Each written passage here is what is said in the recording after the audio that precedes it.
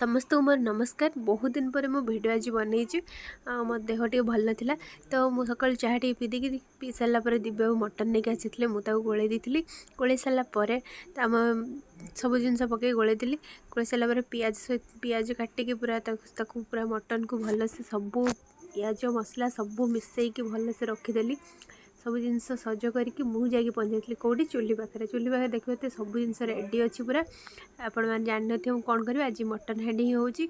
आलू प्रथम टिके भाजी भाजी काढ़ी मु हांडी को बसई दी हांडी में तेल देकी मु मटन को जो मैरिनेशन कर रखी ढालदेली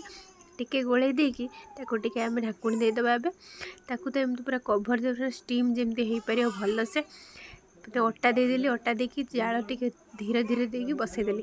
किसी समय पर देखिए मटन मोर रेडी होगला देखा केमती